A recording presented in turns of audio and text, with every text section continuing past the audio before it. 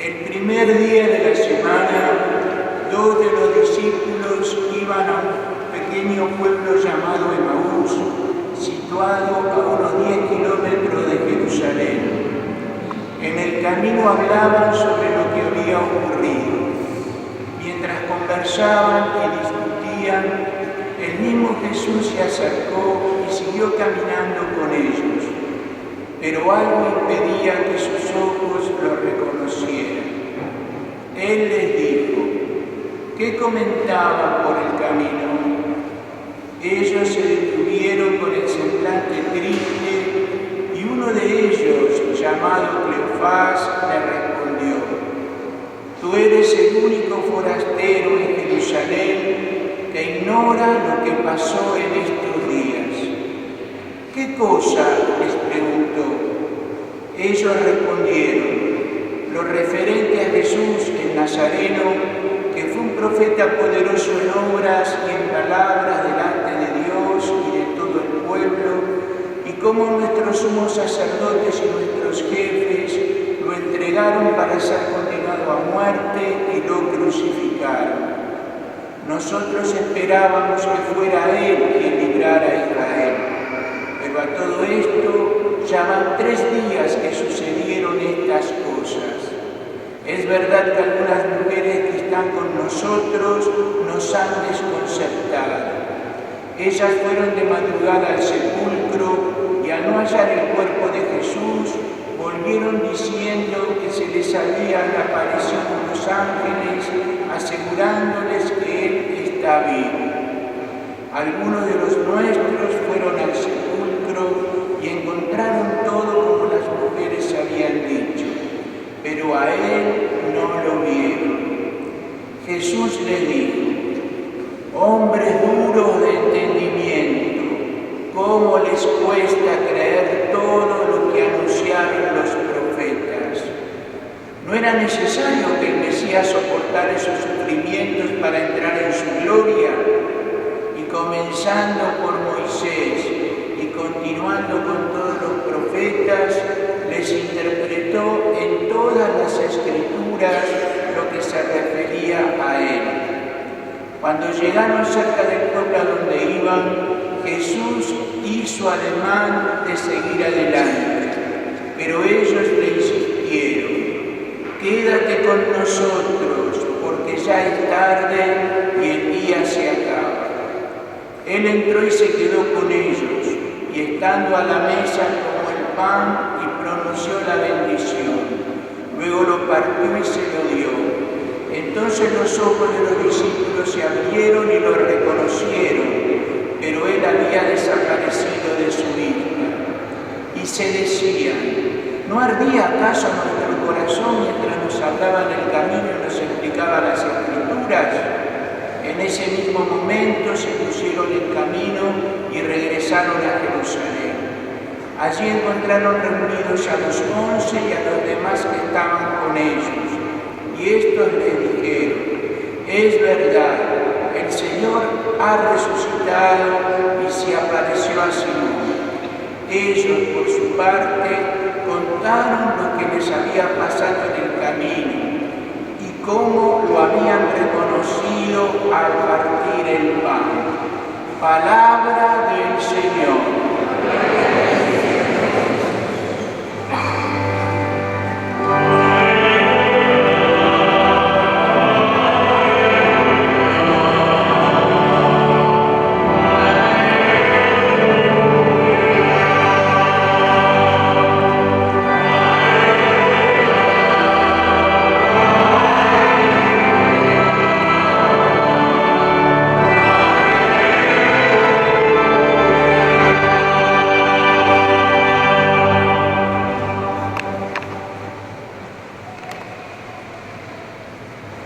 Queridos hermanos, como escuchábamos en el guión inicial de esta misa,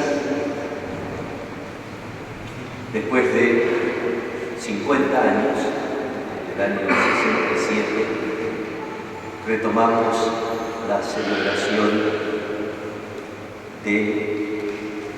del Día del Trabajo, del Día del Trabajador, de San José Obrero en nuestra catedral, con la bendición de las herramientas de trabajo, con la bendición de nuestras manos como expresión de nuestro trabajo.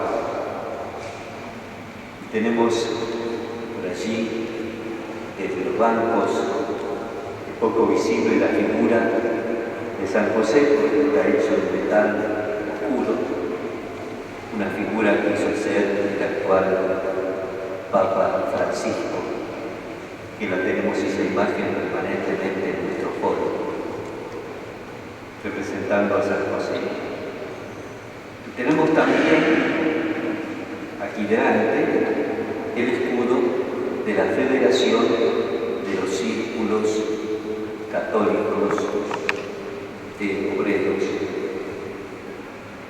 que está cumpliendo, ha cumplido hace poco, este año, sus 125 años de existencia.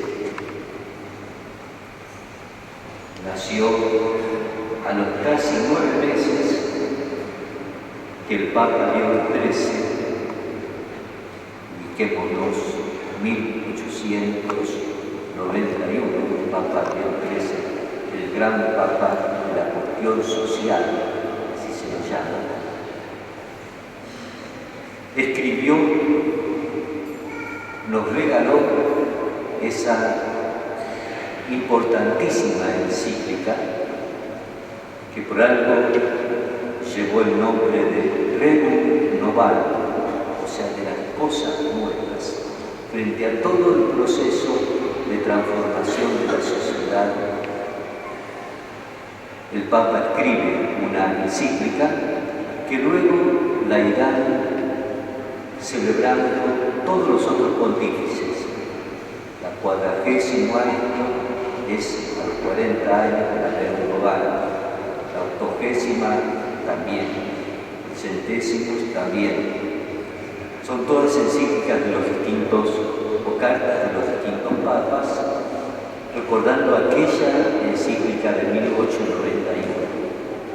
Y el Círculo Argentino de Obreros Católicos nace a los casi 9 meses, 1 de febrero del año 1892. Quienes están aquí atrás en el presbiterio son algunos de los miembros. Han estado reunidos en Asamblea Nacional en el día de ayer, buscando cuál es la forma como podemos prestar un servicio desde nuestra concepción básica cristiana al mundo del trabajo. Para que ustedes vean, en este día es muy amplia nuestra petición. Por un lado, rezamos por todas las clases trabajadoras, por todos los trabajadores, pero en el sentido amplio. Ya lo voy a explicar un poquito más, donde todos nosotros estamos incluidos, hasta Dios. La semana pasada leíamos una frase de Jesús que decía: mi Padre trabaja siempre, hablando de Dios Padre, mi Padre trabaja siempre, y yo también. Y ahí incluimos a todos los seres humanos en la medida que hemos recibido ya en el Génesis, allá cuando Dios hizo al hombre, el último día, antes de descansar, le encomendó que continuase su obra. Y todo lo que vamos haciendo los seres humanos a lo largo de la historia, para el creyente, judío, católico, cristiano, no es otra cosa que continuar la obra creadora de Dios. Ya sea que trabajemos con las manos, ya sea que trabajemos con la mente, todo lo que vamos haciendo, vivirlo espiritualmente como una prolongación de la obra creadora de Dios. Inmediatamente después del pecado original, al trabajo, que era una realización del ser humano, lo que sería hoy para un artista, que goza con el trabajo que hace. Eso era el trabajo para el ser humano. Pero con el pecado original, ustedes recordarán que Dios le dice a Adán: y ahora ganarás el pan con el sudor de tu frente.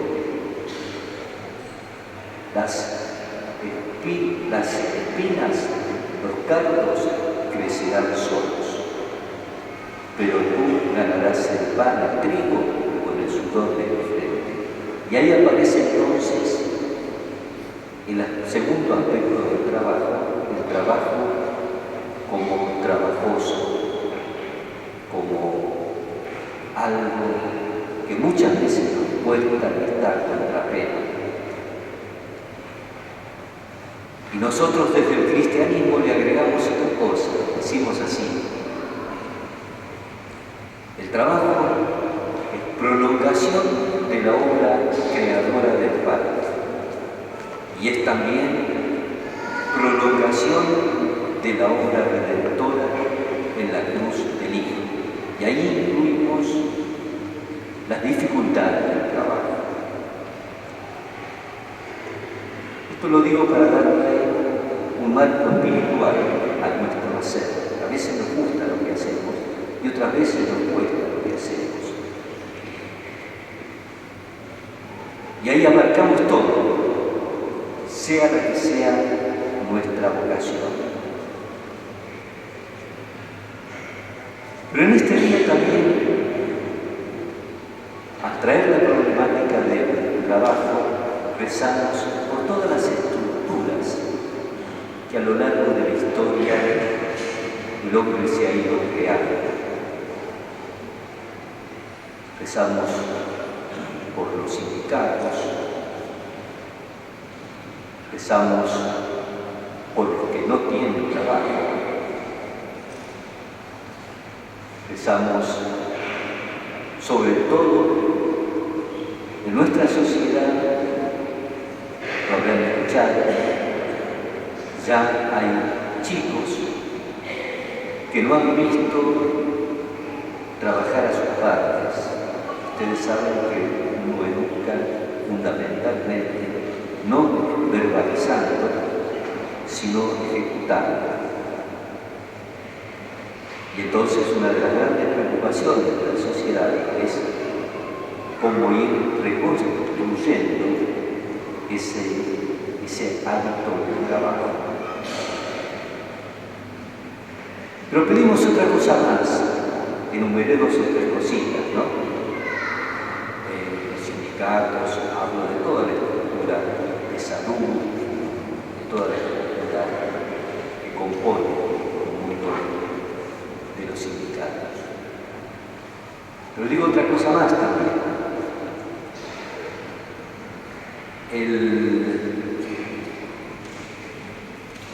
Perdí lo que voy a decir, se recordaré si lo hacen. Fíjense ustedes, y ahora vuelvo al Evangelio, porque es bueno que iluminemos este Evangelio. Nos ha tocado la lectura del episodio de los discípulos de Emaús.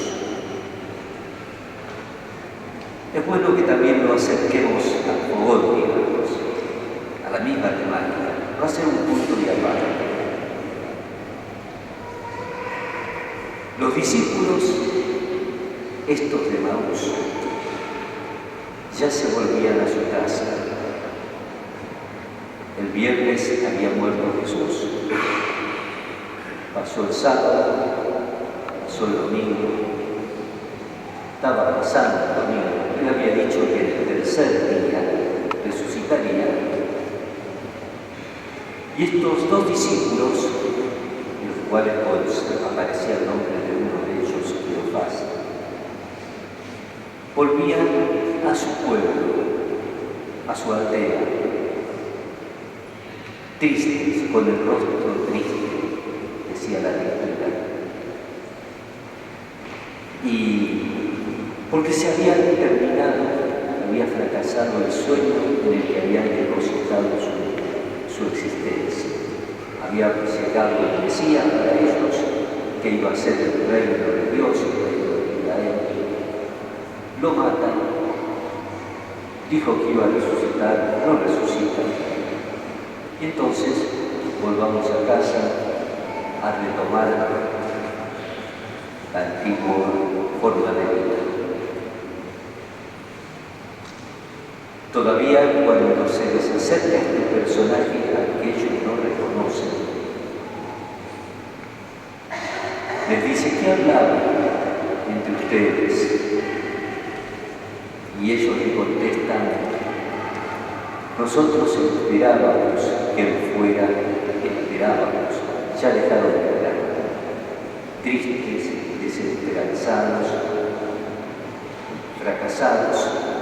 Con ese corazón así se les acerca a Jesús. Y en el camino les va explicando, fíjense ustedes que dice que la aldea de Emaús estaba a 10 kilómetros de Jerusalén. 10 kilómetros, un paso no apurado, sino un paso, ¿sí? 4 kilómetros por hora serían 2 horas y media de caminar continuo para charlando. Y ahí se les acerca a Jesús. Y los ilumina desde la palabra de Dios, fuente de toda iluminación. El Papa nos insiste mucho en hacernos a la palabra de Dios como fuente de luz.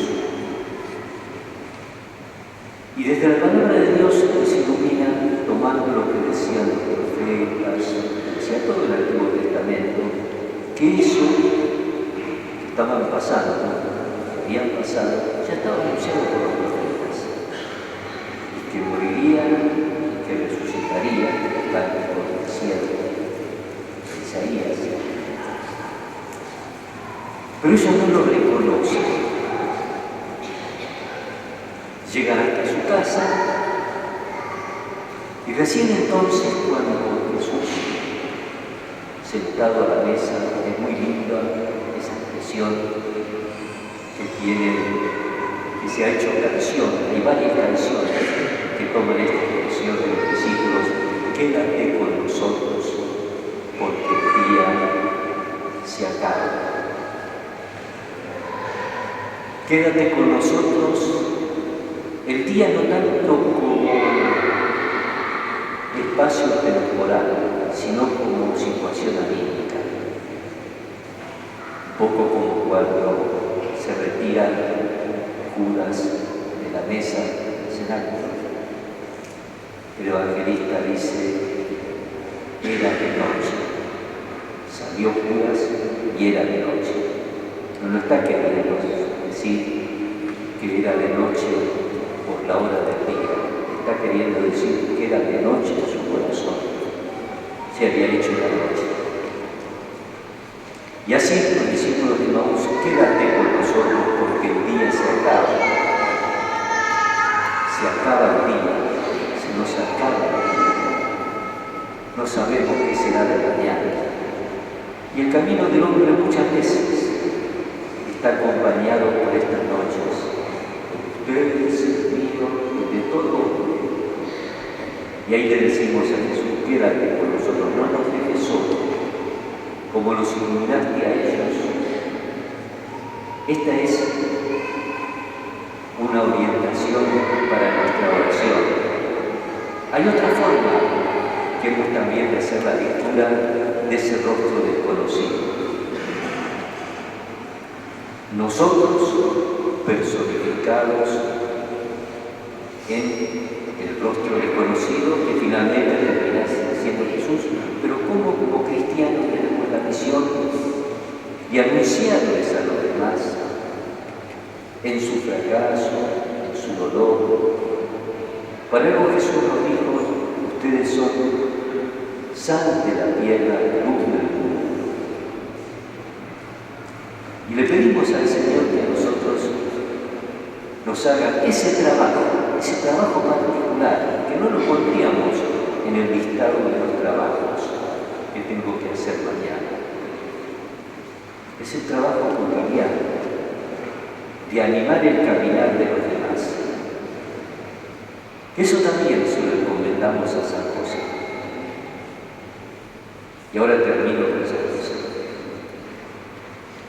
Ya en el siglo XIX, 1800, el punto y la problemática del trabajo era fundamentalmente de enfrentamiento de clases. Había sido invadido por un pensamiento. Lo que hace el 1 de mayo de 1955, algunos de nosotros ya vivíamos, 1 de mayo de 1955, el Papa Pío XII lo coloca a San José como patrón de ese día, que era el día del trabajo, el día del trabajador. Porque aparece como aquel que le enseñó a trabajar a Jesús y lo hizo trabajar a Jesús. Jesús hasta los 30 años trabajó en su casa con el oficio del carpintero. Que sea hijo del carpintero, en las expresiones del semita, significaba no solamente que era hijo del carpintero, sino que había heredado, como pasaba en muchas familias, la profesión de su padre. Vamos a pedirle entonces a San José de este día que bendiga e ilumine toda la tarea de la Iglesia en el trabajo de los hombres, en las estructuras del trabajo de los hombres, en el diálogo con la sociedad. Que ella, la Iglesia, como Jesús con los discípulos de Maús, tenemos la misión de iluminar y alentar el trabajo del hombre. Y le pedimos fundamentalmente, última cosa, esto: que no seamos quejosos.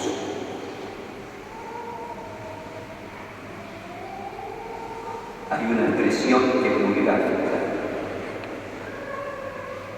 No importa tanto hacer lo que me guste, importa más que me guste lo que hago, que lo haga con gusto.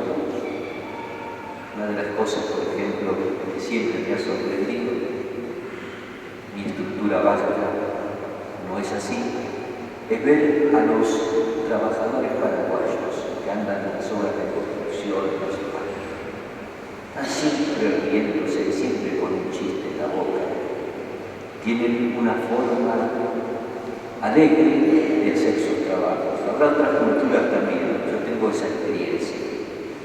Por eso le pedimos al Señor que nosotros también vayamos, aprendamos a hacer alegremente lo que Dios nos ha encomendado. Aunque el trabajo tenga sus espinas y sus dificultades, se lo encomendamos a nuestro glorioso San José Obrero. Oh glorioso San José, que velaste tu incomparable y real dignidad de guardián de Jesús y de la Virgen María bajo la humilde apariencia de artesano, y con tu trabajo sustentaste sus vidas. Protege con amable poder a los hijos que te están especialmente confiados. Tú conoces sus angustias y sus sufrimientos, porque tú mismo lo probaste al lado de Jesús y de su madre. No permitas que, oprimidos por tantas preocupaciones, olviden el fin para que fueron creados por Dios. No dejes que los gérmenes de la desconfianza se adueñen de sus almas inmortales. Recuerda a todos los trabajadores que en los campos, en las oficinas, en las minas, en los laboratorios de la ciencia, no están solos para trabajar, gozar y servir, sino que junto a ellos está Jesús con María, Madre suya y nuestra, para sostenernos, para enjugar el sudor, para mitigar sus fatigas. Enséñales a hacer el trabajo como hiciste tú, un instrumento altísimo de santificación. Jesucristo puso de manifiesto la gran dignidad del trabajo cuando él mismo, la palabra del Padre hecha carne, quiso ser llamado hijo del carpintero y trabajar humildemente con sus propias manos. Así convirtió el trabajo humano en fuente de bendición.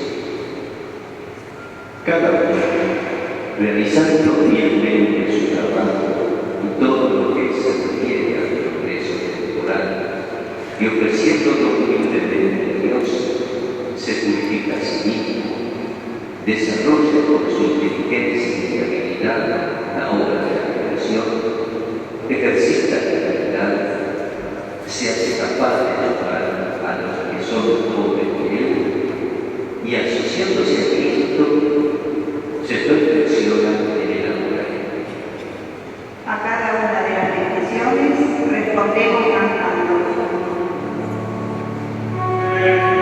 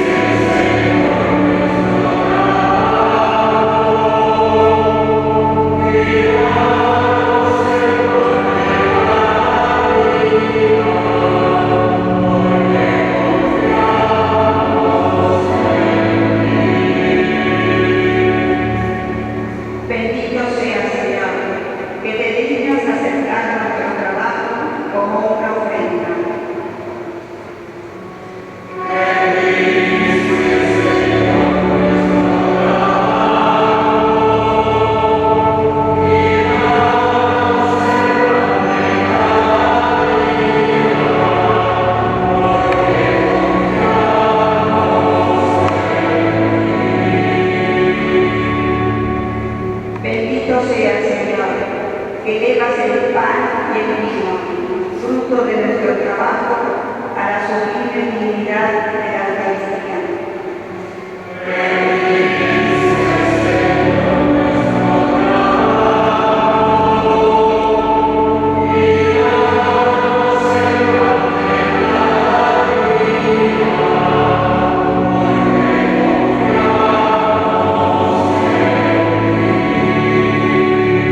Levantemos en alto las llaves del lugar de trabajo, aquellos que las tengan. Pensemos en sus trabajos, en sus lugares, para que así a través de nuestra intención y de nuestro pensamiento llegue la bendición de Dios propio de la Iglesia.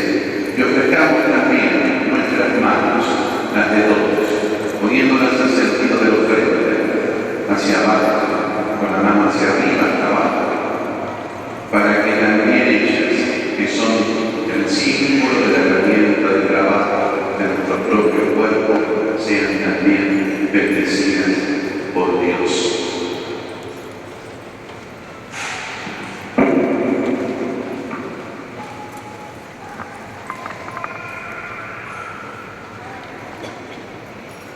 Oremos, pedimos la bendición de nuestro corazón.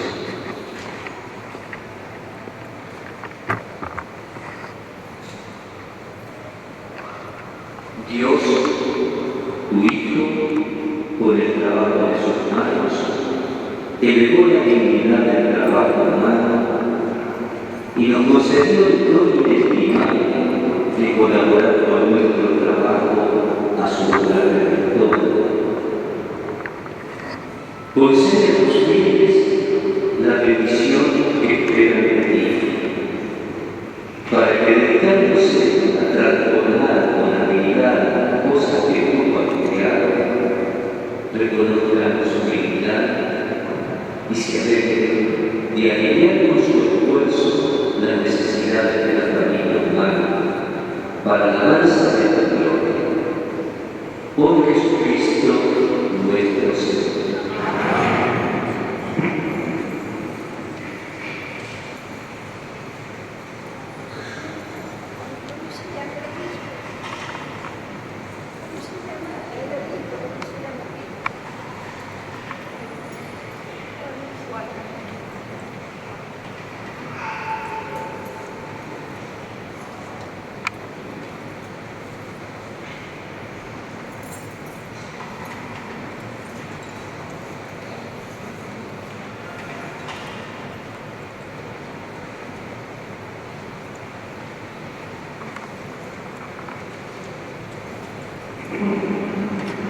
Levantamos todas las manos para que así simbólicamente sean bendecidas por medio del agua, que nos recuerda también nuestro propio nombre.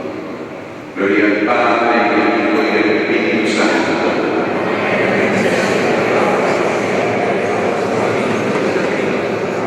Gloria al Padre, y al Hijo, y al Espíritu Santo.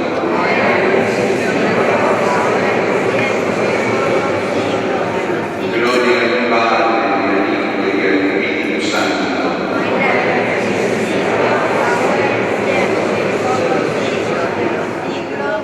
Santo sea obrero.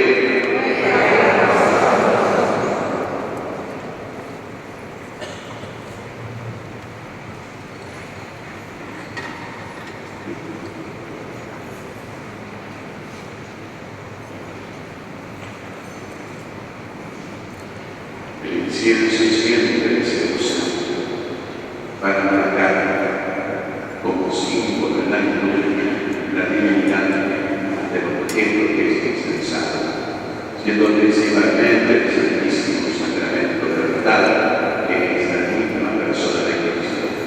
Igualmente, los objetos sagrados que son incensados por la cruz del altar.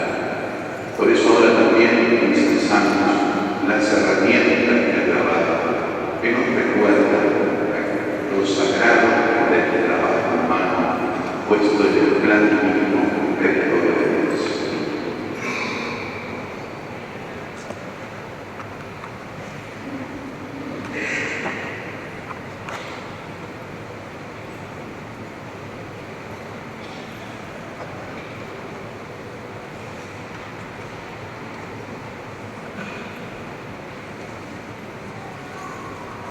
Volvemos a cantar dos veces la antífona.